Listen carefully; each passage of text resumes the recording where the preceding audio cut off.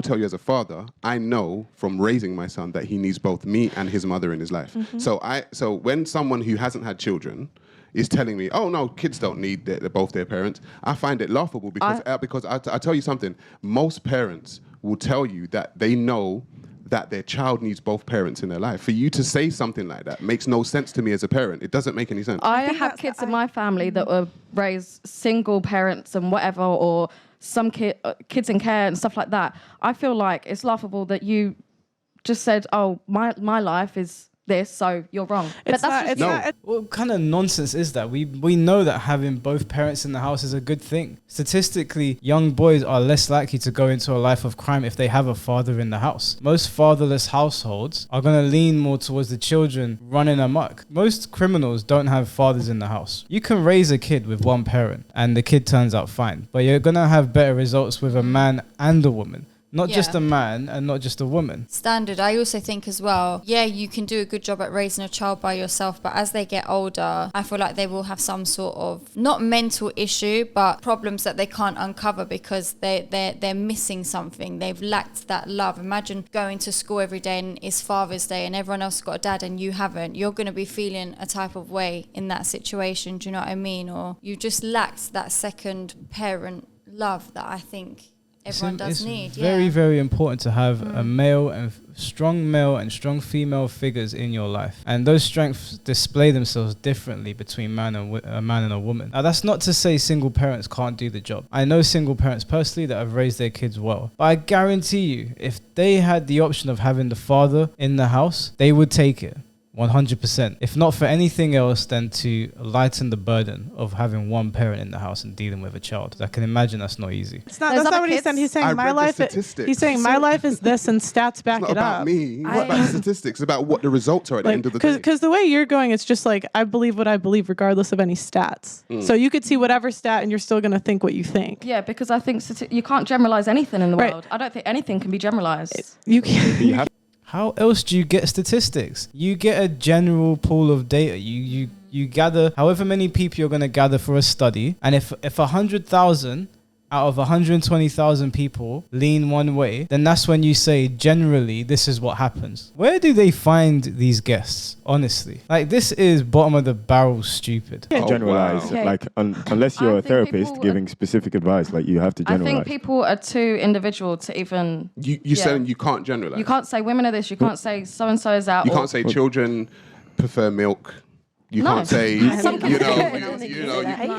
can't say anything. What do you mean you can't generalize? I just feel like I don't say anything. I don't say women are this or dogs are that or whatever is this. This girl's stupid. This girl is actually stupid. Let me give you some generalizations. In general, men are stronger than women. In general, men pee standing up. We don't really sit down to pee, do we? So you can generalize that. These are stupid examples, but they're examples of generalities. In general, women breastfeed.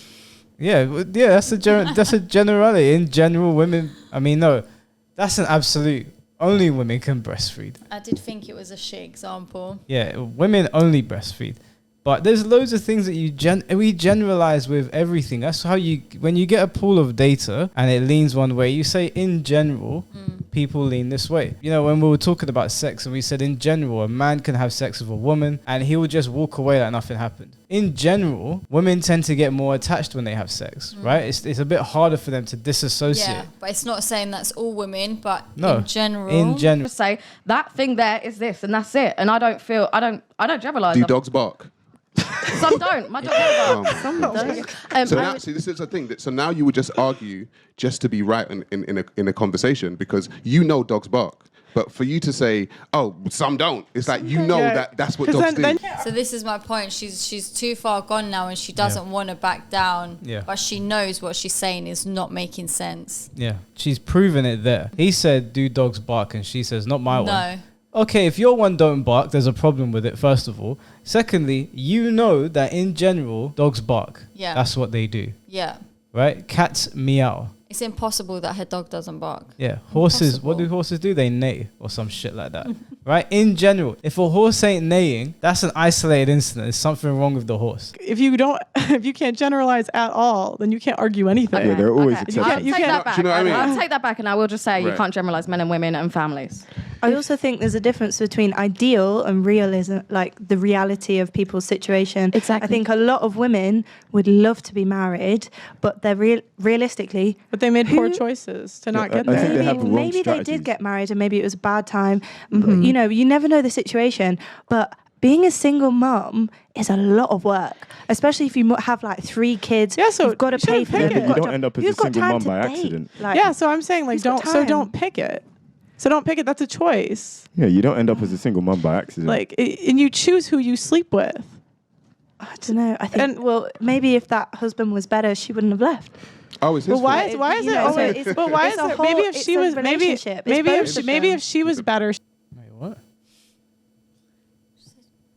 I mean, I don't completely agree with both of them. You can get with people and it just doesn't work out, and now Yeah. you're a single mum. Like, sometimes it happens. It's not necessarily that you slept with someone that is a bad person. You might just not be compatible with that person anymore. They could pass away. You could just, it could be the woman that does something, but she gets custody of the kids. There could be a whole host of reasons, but I get the points on both sides. I agree and disagree with both sides, kinda. Being a single parent is never going to be better. It's always going to be harder. Yeah. Whether you do a good job or not, it's always going to be harder. It's a team effort. It's supposed to be a team effort. The kids come into the world because a man and a woman had sex. So you do it together. You're supposed to be there for each other and raise the kid. I know it doesn't always work out that way, but anyone saying that you don't need 2 parents in the house, technically you don't need 2 parents, but it's way more beneficial for the child and for you to have 2 people in the house. Maybe if she was better, she wouldn't have left. I think if they both worked on it, then yeah, I think we can both agree people should work on their relationships before calling it quits.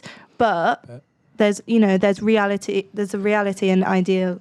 Listen, I think situation. women should be more discerning when deciding which men they should Okay, get but involved women with. have only recently earned, like, over the last, 20, 30 years, right? Which isn't a long time period in the grand scheme of things, especially It's generational. not longer. I mean, that's It's not 2 fair. generations. Fair enough, It's 2 but generations. the That's it. consequences will still be there. Yeah, Yeah. but it's 2 generations. What does that have to and do with women me today? Had to What is rely that? No, on men. I'm a woman. What does that have to do with me today? Women had to rely on men for, like you said, financial support to be able to work, to be able to live, essentially. And as we've come out of that, yes, it's been 40, 50 years, right?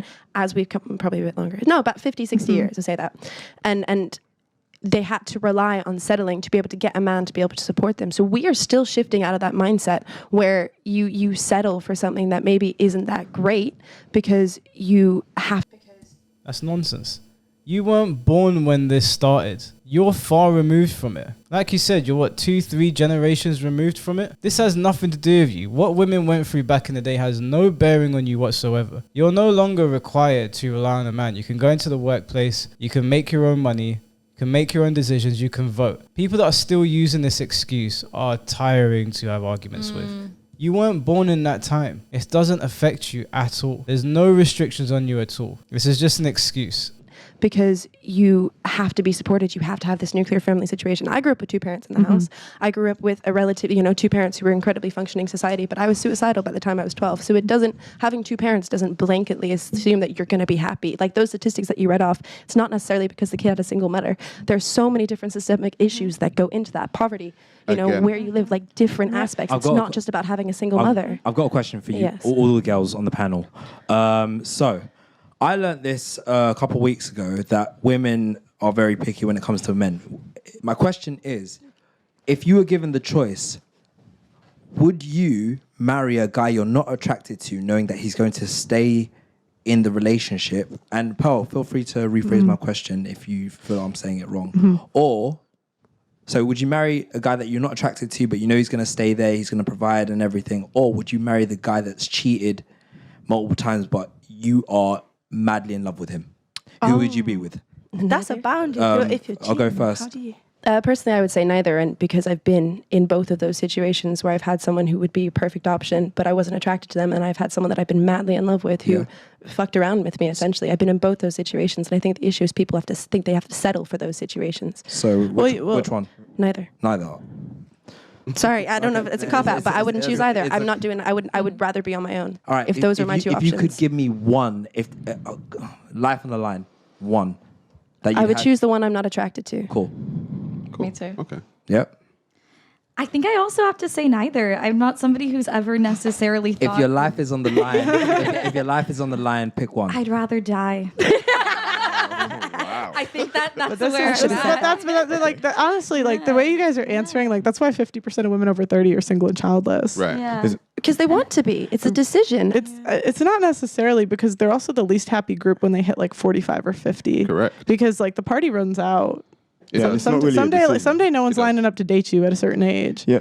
And it's not really a decision because the guys are the ones who control who gets relationships. I mean, from what I can see, it seems like the crux is you need to understand that just because you don't. I think she's right in what she's saying. It's not to say once you get to a certain age you can't find love, but I think if you've just not really sorted yourself out to find that love, then anyone who does meet you and knows that is probably going to see it as a bit of a problem. It's not going to be as easy to come by. Most people would have already been in a relationship by then as well anyway, so there's not going to be as many options. But from where she's saying this is why women are single because of decisions like that, I don't think it's fair to say that when the two options that you are faced with are practically shit options. Yeah, those are pretty bad options. They're unfair options. Yeah, I don't really get the premise behind the idea entirely. I get what they're going for. I understand it. It's just there's such bad options that it's hard to answer honestly. That's the issue. Yeah, and then that's why it's unfair for her to say that's why like most people are still single by that age, because no, that's unfair. Yeah, I don't think that question's framed in a way to trap the women on the panel. I don't think that's a fair question. Control who gets relationships. I mean, from what I can see, it seems like the crux is you need to understand that just because you don't like your options doesn't mean you should gaslight yourself into believing you don't have any. You know, like yeah, and your options are just that's your level. So like if you don't like the guys you can date, then like you should probably try to improve yourself. Well, yeah, and I completely agree with that. I believe you should work onto yourself until you're ready to be in a relationship that you want, and that's why I would rather be alone until I'm ready for a relationship that's going to be reciprocal in all ways. And I think that's the mindset. It shouldn't be about whether people are going to settle for a relationship or anything like this. People should be open to working on themselves, be open to like not being judgmental and being it's about love. Do you think at a certain age though, it's kind of just like okay, like let's say 32. You only really have till 35 if you want to have kids, and you don't have, because geriatric pregnancy is like $20,000 a year. So the average person can't afford that. If you want a family and you want kids, do you think there's a certain age where you kind of look around and be like, you know what? I don't think my options are going to get better than this because I'm just getting older. I think yes and no. Because I a lot of times, like when we say settle, like maybe he's settling for her. Like how can we just say women are settling when that's your level? I think that's like saying a guy saying, "Oh, I didn't get a Victoria's Secret model, so I settled." Yeah. I think settling. Okay, but I think settling for appearance is different in terms of settling for the way someone behaves. Yeah. So the way someone treats you. If you're settling for someone who doesn't treat you the way you deserve to be treated, who isn't present, who doesn't show up, or treats you the way you want to be treated, then you're settling for yourself. And I think the idea is that we have limited options, which we don't. So if men and women are also attracted to different things. So. Yeah. So if women hate men that don't treat them right, then why do we all seem to date them? Correct. Trauma, generational trauma, a whole bunch of stuff. Many different things. It's not an excuse. It's genuinely what's going on. Women are attracted to... I think a lot of women have the idea in their head that maybe things will be different this time, or maybe he'll change. I think it's that whole concept of thinking you might be the one that's able to change this guy. Does that make sense? Why? What's the deeper reason for why they're latching on? I don't know. I think as humans, sometimes we always want what we can't have. Sometimes I feel like rejection makes you want someone more because it's more of an ego thing as to, well, why don't they want me? And I do think attraction comes into it as well, because probably majority of the time the ones that are treating you bad are the ones that you're attracted to. And like she's saying, or the example he gave, you've got the really nice guy but you're not attracted to him. And I don't personally believe in settling just because you're getting older. I don't feel like... you have to. Your options do become more limited the older you get, especially for women. To a certain extent, there's certain things you can compromise on and settle for, but if you're not attracted to someone, do I think you should settle? No, I'm not saying I'm not saying that. I'm saying that the reality is that as you get older, especially for women, your options start to dwindle down. You don't have as many people chasing you. You won't have as many people in your DMs. 100%. When you go out, you won't get as much attention. I think that's what they're getting at, that, you know, as women get older, especially women, they struggle in the dating world a lot more than men. As men get older, I would argue it gets a bit easier for us because we've accumulated some kind of wealth, some kind of power. We're able to offer security. A lot of guys that get to this age will have the capacity to have their own place or have their own place. They have their own car and their own way to get around. They're able to provide the things that women are looking for in providers. But as a woman gets older, as harsh as it is to say, they lose the thing that men find valuable and attractive. Yeah, it's the like the they say. Yeah, the like women like peak in their 20s, and then men sort of peak in their 30s. Yeah. Yeah, I agree with you on this one. 100%. I get it. Genuinely, what's going on? Women are attracted to bad boys. Yeah, right? yeah. I like a good boy. At a certain age, generally, women are attracted to bad boys. So women see red flags in men. They see a certain type of man. Generally, we know it's not all women, yeah, and they still go for that type of man. Do you know about attachment theory, by any chance? Go on. How we pursue relationships that remind us of our earliest relationships. It's like anxious attachment, like that sort of thing, right? So especially in terms of like anxious attachment and that sort of thing, you tend to seek relationships where even if someone's treating you negatively, you think you're the problem. So you do anything you can to change yourself to match that behavior, and that's why women stay in relationships, because they have this self-deprecating view of themselves. So are they broken? Insecurity. I wouldn't say broken. I don't like the word broken. Well, because that's what the show was about. Broken women, unhealed. broken I would say society. unhealed. No, but I would make that point. I don't think society is broken. I think unhealed and broken are very different things. I think So very they're different unhealed. things. But you don't think if you keep dating bad partner after bad partner, it's the same thing. Unhealed and broken. It's the same thing. I mean, why do they always have to come up with these stupid words? It's broken, lady. It's broken and you're trying to fix it, not unhealed. Unhealed. Yeah, because I've never heard that before. in this generation, everyone's always talking about healing, self-healing, but it's okay. If you're healing, that means you're broken. It's you're fixing something. If you're fixing something, that something is broken. Yeah. I don't like the word broken. Let's say unhealed.